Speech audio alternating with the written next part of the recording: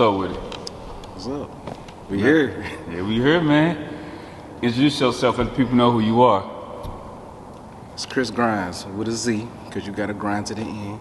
If you don't know, now you know. We at Sk8 Liborius, and we grinding right now with views from the arch. Yeah. Now, let's start from the beginning, man. Coming up, how was life for you?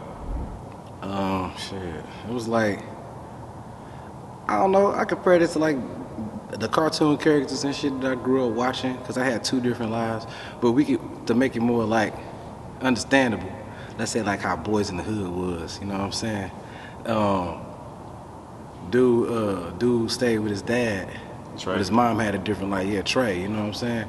But my dad, he was in the streets, you know what I'm saying? My mom left the streets because she lost her brother through, you know what I'm saying, gang violence and whatnot. So when I be at my mom's crib, it was a different situation. When I be at my dad's crib, it was a totally different situation. So, you know, they both was on the west side. That's where I was born, you know what I'm saying? And my dad went to the south side, and my mom, she moved out to like North County. She stayed in Canfield way before Mike Brown got killed. That's ridiculous, you know what I'm saying? But yeah, that was like the very beginning of who I was when I was a little baby and shit. Now, did you end up moving with your father? You said a similar thing like Trey. It was like a bounce around kind of thing. You know what I'm saying? I was more so with my mom because she was more stable, but you know what I'm saying? Like anytime I could go be with my dad, I was kicking with him. Yeah. Now, with those different, I guess, lifestyles, how did they shape you as a person? I mean, my dad was in the streets. He ended up going to prison. I ended up going to prison.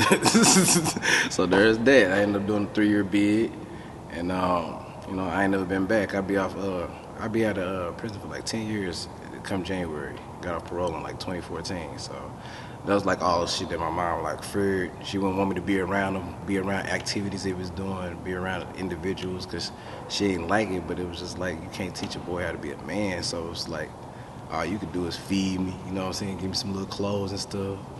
Work on your grades, you know what I'm saying? Shit like that. But I couldn't come to her about no real life advice. And the older I got, I just kept gravitating more towards this way. So did you, I would assume you took more so a liking to your dad's side, as far as you say you end up in prison. Were you involved in the streets in any way? I mean, yeah, but I mean, like, I guess I can talk about it now because it's like it's all behind me for the most part. But I mean, yeah. But I ain't gonna say nothing. I mean, like, yeah. I mean, like, I'd rather speak on it in the sense of relatableness. It's like, because a lot of people be making excuses about, dang, I can't do this or that because my life like this. And I be like, nigga, I still ain't got a job these whole 10 years I've been the fuck out. I ain't had one. I had to make businesses for myself. I had to partner with companies, people like these guys here at Sk8 Liborius, you know? If you don't mind speaking, like you said, it's behind you now, what did you end up, you know, serving time for? I caught an assault case. It was a stabbing, and I got assault first degree. Of course, they popped me with the ACA. Minimum mandatory 3 years. It didn't matter how much time that I got that dropped. It was like, basically it was like what's the charge for what assault first or some shit like that? Probably assault first. Yeah, assault first. Like what? It was like 15 to 25 or something like that. And then I had 3 different charges, but I got lucky enough to get them run off concurrent instead of consecutive. So I got a total of 13 years, but I only had to do the 3.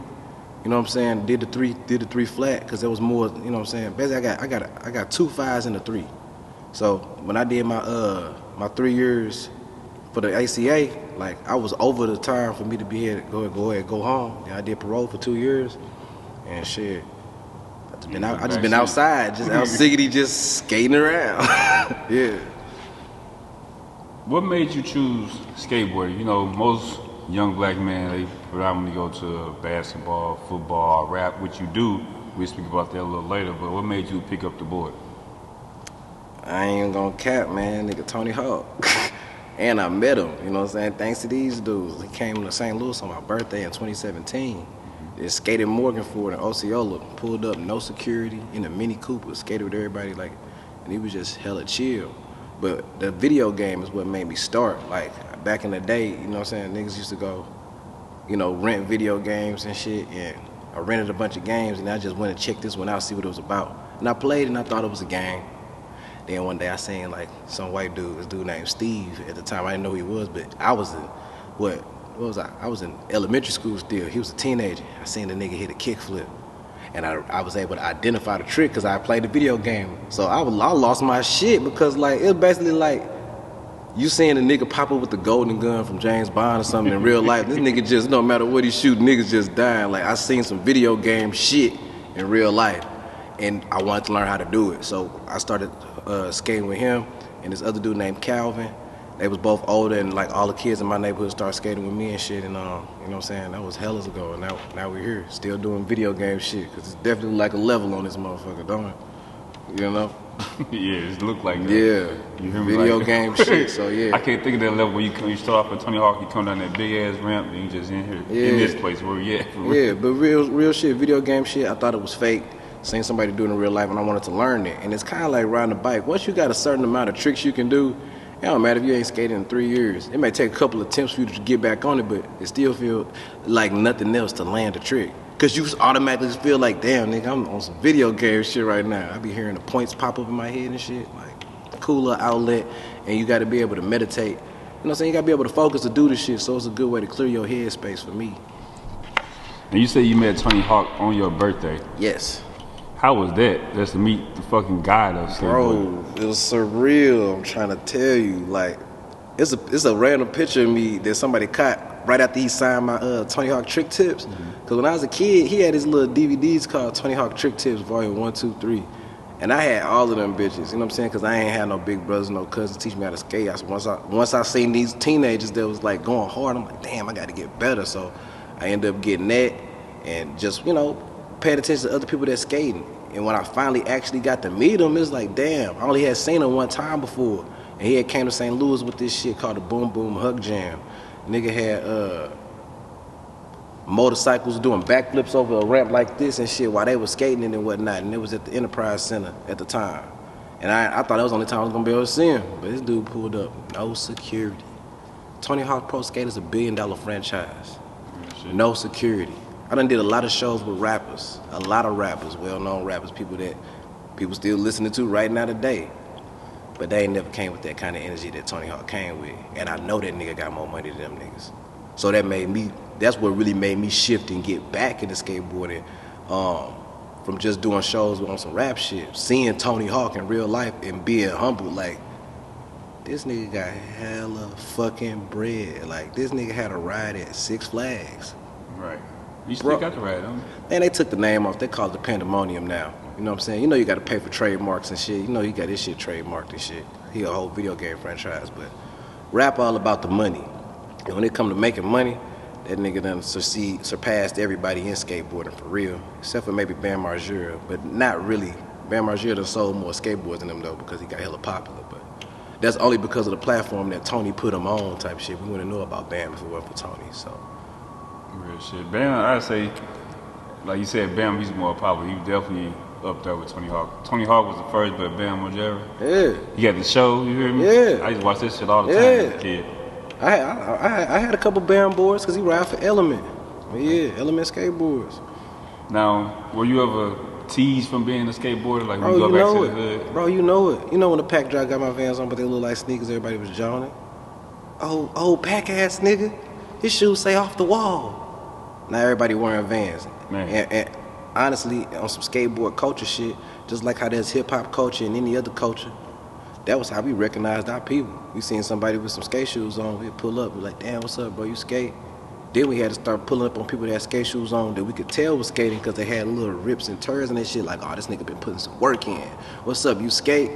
It was a horrible feeling, but also a good feeling because skateboarding done got popular enough for some money to start rolling in. To pull up on somebody and be like, what's up, man, you skate? Oh, man, no, I don't skate. Skateboarders be mad about that. Then what the fuck you wearing Thrasher for then, man? That's a skateboard magazine. I ain't wearing some shit that I don't represent. You remember when they go to Hot Top and get the shirt? Yeah, niggas be, you know what I'm saying? So it is what it is. I'm glad it done got popular enough for people to like gravitate towards it. But yeah, bro, I'm older. So I took all of that weight, all oh man, skateboarding ain't cool shit. Until every once in a while, like, you know what I'm saying, especially like as a kid, you do some shit, you jump down some stairs or something, somebody be roll down the window, hey, that was hard, nigga. That was hard. Everybody, you know what I'm saying? Everybody in the hood plays Tony Hawk. And that's and on God they did. So if they see you landing some shit, like they have to see you doing it first. But for some strange reason, like even when I was in prison, like I told niggas my name was Skateboard in there, but nobody ever seen me skateboard in there. So you want to try me because I skateboard? Okay. You Skateboard Chris, wasn't it? Yeah, Skateboard Chris back in the day as a young lad. Now Chris Grindz. This ain't even my final form. I'm telling you, man, niggas will try to try you, and it's like, bro, I caught my case on the skateboard. I skated up on the nigga, like as Skateboard Chris. No cap to the story. But it was to defend somebody else. It wasn't like I'm just out here being a mass menace, stabbing motherfuckers. But that's how they was trying to make it seem in the courts. Then I had got caught like in Maryland Heights with like a couple pounds of some trees and shit back then. You know what I'm saying? This was like 08. This was when Jeezy was talking about my president is black. Like this when it first really happened. And yeah, Maryland Heights popped my ass, so I got a distribution charge, and that's what really sent me over. Cause me just catching that assault case, that was my first offense type shit. So they just sat on my ass. They was just lamping on me, you know what I'm saying? This nigga gonna fuck up again. As soon as he did, they put both those cases together and they made it seem like, you know what I'm saying, this nigga killed for his drugs. Like, we need to get this nigga off the streets. He's a menace. Spider-Man's a menace. You know what I'm saying? That's what they was on, so. Now, is it a big skateboard community in St. Louis? I know before the Skatepark that Tony Hawk helped sponsor, they had like illegal, we just say that, skate park like somewhere near, and they kind of inspired the community to help. Yeah, you talking about the skate park that was under the Kings Highway Bridge? Yep. Yeah, the KHBT. Yeah, man. I'm with those boys now. I got to shout out my boy Brian Bearwell. He the main conspirer of putting together ramps and little skate spots. He helped get the spot built on Morgan for the Osceola. It's really his spot for real. KHVT did that. KHVT's behind this. KHVT behind Cooler B&B too. It's a cool skateboard skate park house. It's a house with a skate park in the backyard, and it's a studio too. So, you know what I'm saying? It's kind of like one of the headquarters for me for real, a little back cave or something. Now we'll get into the music. I know it was your last project. The Grind Don't Stop. The Grind Don't Stop. Yes, sir. Grind Don't Stop. Yes, sir. And you just recently released that Alright music video. Yeah, with Nikee Turbo. Kind of reboot this, because this was all like, you only would know about this place if you knew, because we didn't go public until a couple weeks ago. We done had Riverfront Towns come through here, we done had St. Louis Pro Dispatch come through here, but I'm excited about Views from the Arch coming here, because you know what I'm saying, this is like real news and you be covering the streets. The mainstream media is really just that. If it look good, put it on the bait. Let's take credit for this, you know what I'm saying? That's what they do. They ain't trying to ask you the questions like what made you do this or any of that kind of shit, so appreciate you. No problem. I'll just say, what's Nikee brother name? Nitro? Oh, no, man, you talking about Rocket. Rocket. Yeah, that's my boy. Rocket. He skateboard too. Yeah, I got him back in it. Man. Like, you know what I'm saying? I've been trying to get him and Nikee and shit. Jizzle Buckz too. Jizzle been here. You know, skated here. Yeah, Jizzle Buckz skated too. Yeah. I just remember I used to go to school with them, like drama squad. Yeah, they all skate, but in St. Louis, it ain't that many opportunities for people to skate. It ain't that many things. So building something like this, you know what I'm saying? Come on, bro. That inner kid in you come out. You know what I'm saying? Nigga got to come see about it. Like, yeah, nigga got to come see about it. They're like, damn, this place exists? This like some video game shit. Hell yeah. I remember when Bucks pulled up to this motherfucker, he was looking around like, damn. This shit dope. This shit is dope. You know what I'm saying? He was surprised. And that's literally what everybody's opinion is like when they first come in. It don't matter if it's old people, you know what I'm saying, young people, little kids, they, wow, this is crazy. Even if they ain't skating, they running all over the ramps like it's, you know, shit. Yeah, it's cool. Would you love to have your own skate park one day? Yeah, I said it on Alright. I'm under them right now. This, you know what I'm saying? I'm learning the whole game about how to do this shit, you know what I'm saying? By just being up under them and, you know, being a part of what they got going on. Cause I can't do it right now no ways. I got too much going on, but hell yeah. You know what I'm saying? What I say? Been grinding the game so long that I might have a skate park for my next business. Hey. Come on, man. Hell yeah. Talk that shit. I had a skate shop too. I had a skate shop for 2 years. So you got one? I had one. Okay. I don't got one right now. You know what I'm saying? I lost it like right before COVID, and I was real sad about it. But What's so crazy about the skate shop? The skate shop was in Maplewood. I got the skate shop 3 days after I met Tony Hawk. So, I mean, long story short, like that all happened in like 2017. But at the beginning of 2017, I won a little award from S.L.U M Fest. I won Best Hip Hop Male, and I was like, damn, okay, cool. I established myself as a rapper. I always been skating and rapping as a kid. I'm like, damn, but I've been falling off of the skateboard. I remember like I was downtown one night and I was with my BM at the time, and they caught us at a light. Gang of skateboarders, they everywhere. They, Chris. I'm like, what's up? Come skate with us, man. They all out there. It's like all your friends outside being a little kid. Come skate. I'm in the car, my baby mama look at her like, nah, man, I can't even do it. And they was all disappointed. And me and my BM end up splitting. I'm looking goofy. Yeah. I got to come back to my homeboys like, you hear me? What's up, man? Let's skate. Now I'm trying to be serious about it, but they don't feel like I'm serious. So I had to put some work in. I had to go jump down some big ass stairs and shit. I had to prove that I was really gonna get back on skating. And then after that, like, my homie Skate, you know what I'm saying? He was basically like, all right, bruh, I got you. I ain't had no car at the time. My car was down. He went and brought me to the Tony Hawk shit, you know what I'm saying? And then after that, he had got wind of some shit by the skate shop with this dude named Dustin, and he needed somebody to run it. And he knew I could because he used to skate for my company, Confiscated, back in the day. So, shit, I ran that shit for the whole, right after my birthday, September 15th, 2017, all the way to like spring of 2019, I ran the whole shop. You know what I'm saying? I was getting paid at first, then he couldn't pay me no more. Then I started putting my own money into it. I learned the business, got a lot of contacts, you know what I'm saying? They still hit me up today. So opening another skate shop is something that's definitely gonna happen. It may happen before the skate park, but it's a couple of things that I'm definitely gonna do in the city, you know what I'm saying, for people like me and people that wanna even get into it. So hell yeah. What made you start rapping? Or was you doing rapping before skating, or? I started doing it at the same time, man. Okay. Tony Hawk Pro Skater came out, and then Eminem started rapping. He came out. And Eminem gave me a different outlet. It's like, I grew up listening to all gangster rap, of course, you know what I'm saying, because I'm riding with my dad. We listen to anything, mostly Eazy-E, you know what I'm saying? Like, you know, just like what Coolio Gangsta Paradise was popping at the time. It was the 90s and shit like that. We just listening to, you know, shit like that, you know what I'm saying? Spice One and shit like that. Spice One. West Coast gangster shit, you know what I'm saying? And that made me think that's all life was. That's what being a nigga was. This just what we out here doing. We out here hustling, trying to feed our babies. These white people ain't giving us no jobs, you know what I'm saying? So we gotta get it out the mud. And that can also become depressing. So when I seen a nigga like Eminem just making fun of the industry, I'm like, damn, you can rap about whatever. And that was like the beginning of that. And then, you know, and I started rapping the same time I started skating. So basically what would happen is we'd go to a spot, we'd be skateboarding somewhere, and then we'd end up at a corner store, some type of store, they got a bench, we eating our chips, drinking our sodas and shit. We tired, taking a break.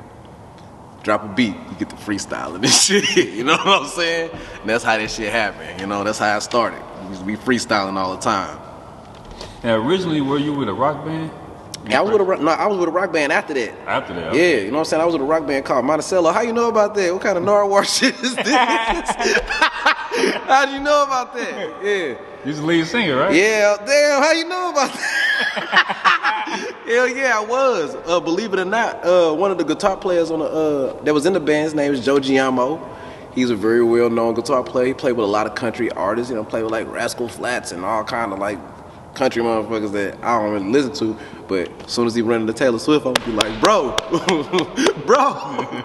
introduce me. But yeah, man, Monticello, it was 5 of us. We called it Monticello because it really was Monticello, but we called our shit Monticello after Monticello, which is on the back of a nickel. You know what I'm saying? I think that was Dude House or something like that, but we just did it because it was 5 cents and there's 5 people in the band. Like it was some real on the fly shit. We should just call ourselves Monticello, bro. I'm like, all right, I'm rocking with it. And I wasn't the only black person in the band neither, so I want y'all to know that our drummer was black. Our drummer was black, so that was cool. Yeah, it's dope. It's dope. Yeah, and I've been on with Shauna B. You have a line in there that say, rappers want to be bosses, but they don't know, they can't locate their publishing. Yeah, yeah. That's a hell of a bar because I've been talking to a lot of people who listen to like the St. Louis artists and things like that. Just kind of tapped in with the music business side.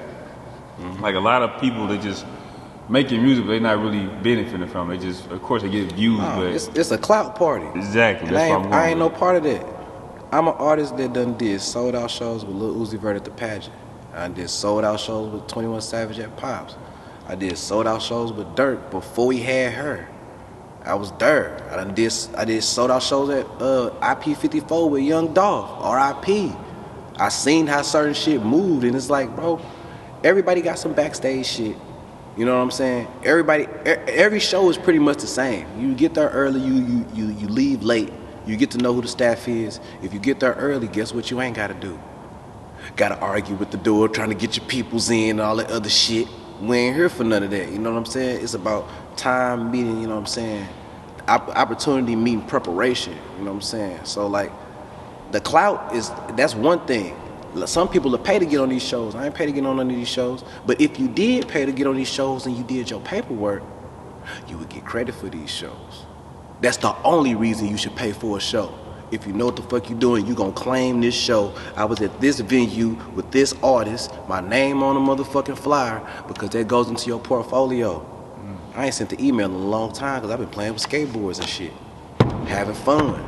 But I'm telling you, everybody, not just people that's in St. Louis. I look up people that's on, but why this situation so weird? Why it's off? You know what I'm saying? Because that, like, you can get paper to do shows all day. But if I can't look up these songs that got all these views on the database for ASCAP or BMI, the shit don't exist. You'll never get a platinum plaque for it. You'll never get a RIA certification. Basically, it don't matter. People used to get upset about SoundCloud. Why don't you put it on SoundCloud? Because it's basically, we playing this music game. You want to score points, right? How you gonna score in some systems that they don't even acknowledge? They don't acknowledge it. They just now started acknowledging YouTube to count the streams to your album, right? They just started that this year. So I can look up anybody and I'd be excited about an artist and I'd be like, damn, man, they ain't did that shit right. And I try to reach out to them. Bro, I can drop names, you know what I'm saying? And as a matter of fact, bro, because it's St. Louis and it's Views from the Arch, I will, bro. I reached out to Loose Cannon Slim a lot of times before Foles had Jason Tatum on the NBA playing live. Bro, that was a big ass bag. You got your song playing on national TV. It wasn't encoded. It wasn't right. That's why they fell out. I don't even know this situation all the way, but I know that's why they fell out, because you couldn't make sense of it. Slim had the shows down. I was at State of Emergency 3. Foles came out after Lil Wayne. Y'all thought y'all had the game and gone with it. The paperwork, the business is more important than all of that, because if you do the shit right, you can have one song and be rocking for damn near the whole year. One song. Fetty Wap's whole life changed because of Traffic Queen, and they pushed that shit for 2 years. But I feel like too often, like, artists are insecure about themselves, their images, and what they doing. If your life is the streets, that's great. You know what I'm saying? But I don't want to rap about no street shit. I don't want to talk about no street shit till I'm in Japan, nigga. Far away from the streets. Like, I'm all ice cream right now. That's for real skateboard shit, skateboard designer. Pharrell and Nigo made this shit. The same dude who made Bathe and Nate. I don't want to be, damn, I could be getting right back locked up like my boy Fujiano. I fuck with all his music. I hate the fact Pooh Shiesty locked up still. Because you can't have 1 foot in and 1 foot out. You can't do that. So if you gonna talk about it, you can't talk about it until after that shit is over with. I feel like a lot of people start talking about shit they was doing because they heard Vine talking about it. But Vine cases was closed after he started talking about that shit. Y'all niggas got the hip-hop police on y'all ass. They snitching on some clout shit, and your business ain't right, so you can't even provide a paper trail for one fucking song. I don't give a fuck how many mixtapes you got out. And some people say I'm an asshole about this, you know what I'm saying? But I take my music serious just as much as I take skateboarding serious. Because as soon as I fall off this damn skateboard, my ass is busted. If I invest all this dollars into these songs, into these videos, or whatever I'm trying to do, and my shit ain't right, my ass is busted. Me and certain people talk about this shit. It's a reason why Shana be on my project. Shana be shit right. Shana be dope. Serious Business Entertainment. She got her publishing. It's a reason why Nike on my shit. He hit me up after that Netflix shit and was like, bro, this shit way more serious. He said he ain't never stopped getting them Netflix checks. And I'm like, bro, you ain't never supposed to stop getting a check from any song you ever dropped. You got way too many views. You got more views than me. Before I put something into like being seen a lot, you don't want to overexpose yourself. So musically, bro, I only got like 2 projects out. The Grind Don't Stop, 9 songs. Before that, the other project was 7 songs. How the fuck I get all them shows with them niggas, man? I ain't pay nobody for that shit. And I be telling people, you don't have to do that. If you treat yourself like a business, they have to respect you like one. If you treat yourself like a brand, they have to respect you like one. If you look at Russ's new interview, he was just saying some shit like, man, record labels are just banks with connections. They should not own your masters. But niggas be ready to give their masters up because they don't want to do that paperwork. And what I mean by paperwork is, I know that's a blanket statement, but that is your publishing for your music and your songs. Do you have a publishing company, or are you getting it published by the record label? You know what I'm saying? Your writer's credit. Did you write your songs? You know what I'm saying? Or did somebody else write them? Because if somebody else wrote them, they gave it to you to sing or rap, you would never get a check for that. You would get a check for popping up and performing that shit live. You know what I'm saying? But we just seen with COVID, shit could get ugly. You know what I'm saying? You can only backdoor and get around certain shit so many different ways. And I really just want black people as a whole, like not just people in St. Louis, like if we really take this paperwork shit serious and stop looking for somebody to sign us and rob us, then the music industry will really reflect what it really is. Pop music shouldn't still be like the #1 music, but it only is because all that shit registered. Meanwhile, it's rap music everywhere. Everywhere. Most popular shit on TikTok, period. Why does that not reflect on the Billboard charts? I know why. And what's so crazy is when I reach out to people that I like, that I'm inspired by, the only motherfucker that jammed with me was Nikee Turbo. When I had the skate shop, he was the only person I was like, hey bro, anybody want to put their merch in here? Him and Wag died. Only people who put their shit in the shop. Nikee Turbo, only motherfucker that hit me up like, Chris, man, let's get this paperwork shit right, man. I gotta do this shit. The only other person that hit me up was White. Paid me nicely to handle all his catalog because he had been doing music for years. He's like, man, I gotta backtrack all of this shit. Just so happened, he was the dude who had the cooler B&B. Dude who had the Skatepark house. So I jammed with him for the whole COVID. While everybody was in the crib stuck, I'm pulling up on him every day. He got a skate park in his backyard, and he need me to do all this paperwork. I'm on the computer, boop, boop, boop, boop, getting this shit together. Then I go out, go skate on my break, chilling. Then it's a studio in that motherfucker. Like he first hit me up. He hit me up for a feature, and then we did the feature. I said, "What's up, man? You got your paperwork, this and the other." And I showed him all my shit. And he like, "Oh man, I should have been doing this a long time ago." I'm like, "Yeah, bro." Like. I get this little tidbit of game. On my story a couple days ago, an artist hit me up and tagged me and said, "Yo, I just got my first check from ASCAP. It was only a couple dollars, but niggas think this shit is fake. You think the record label got to get this shit to you? The record label gonna hold it and distribute it when you recoup. If you recoup, if you make 10 cents, nigga, you supposed to get paid. You know." Like, they gonna let you know this came in here. Even if you can't cash that out, if you ain't got a direct deposit, if you can't cash that out, it has to hit $100 threshold. But it takes 9 months for you to know if you got a hit song or not. It take 9 months. And the reason it take 9 months is because it's not gonna reflect from your publishing or your writer's credit until those 9 months are over. Then you'll start getting paid for that. Start paying attention to artists who release projects and they get big. You don't start seeing that money kick in until 9 months later. I'm gonna use an example, a rapper who skateboard, Rich the Kid.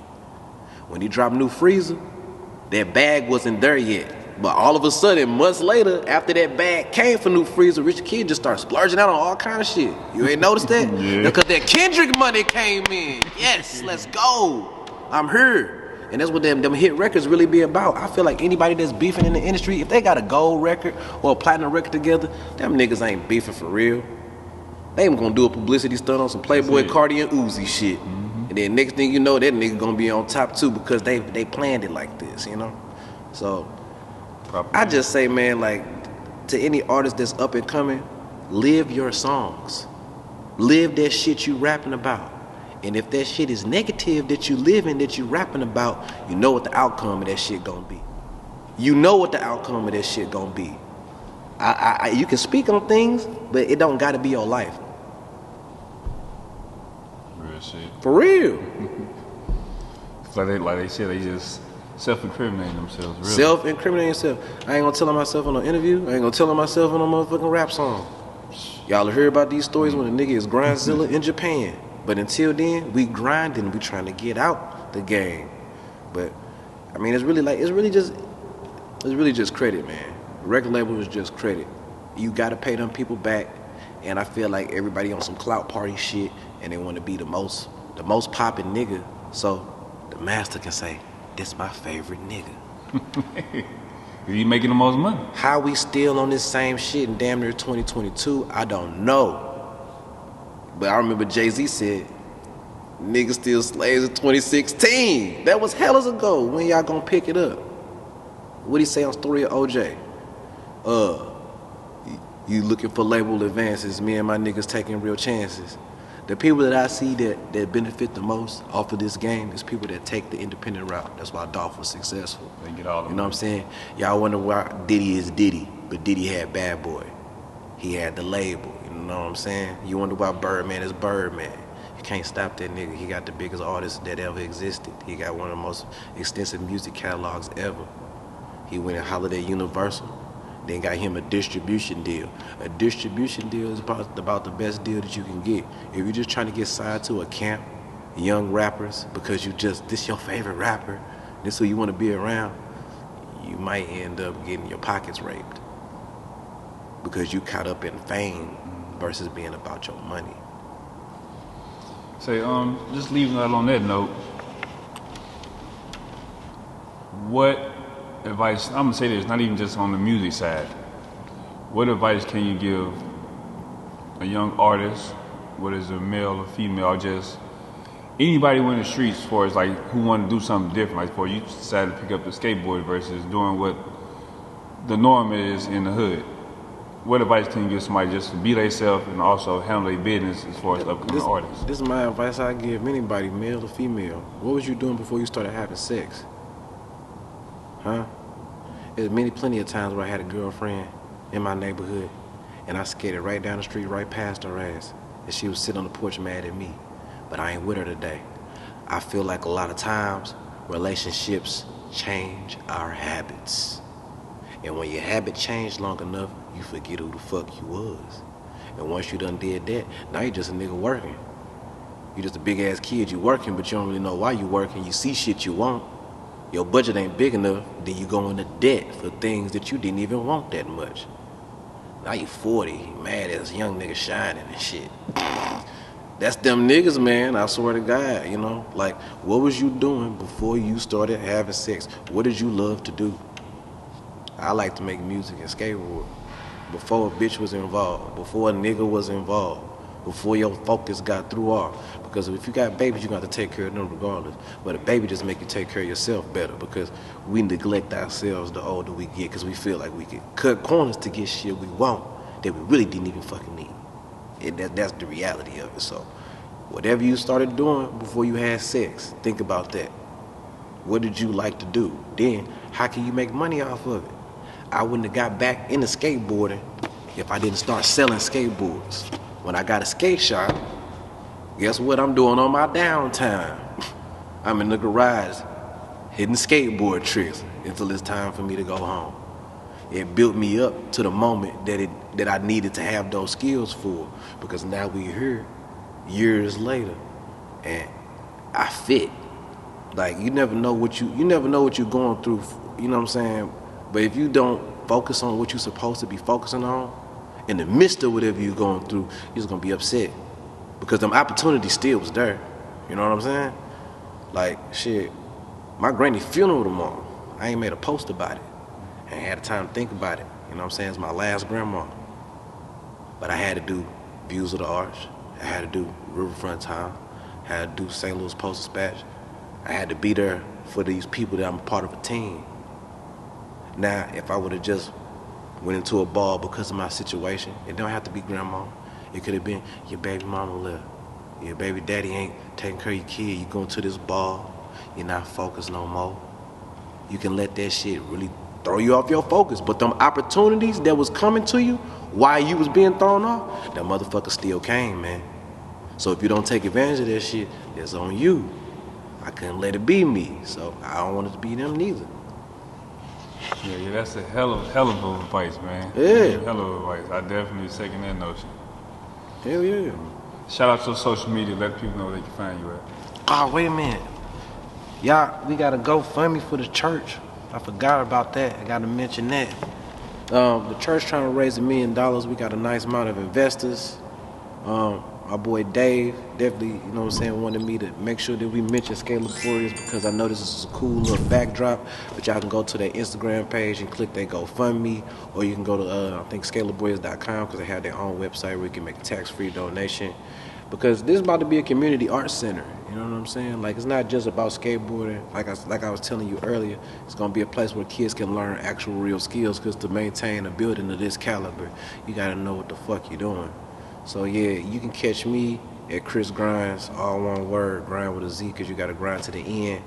And you also can catch me on Sk8 Liborius, Instagram, YouTube, Chris Grindz, Instagram, Chris Grindz, Twitter, Chris Grindz, all of that shit, man. So yeah, new project on the way, wheeling and dealing. I ain't gonna say too much else because we wheeling and dealing. Appreciate you. Yeah.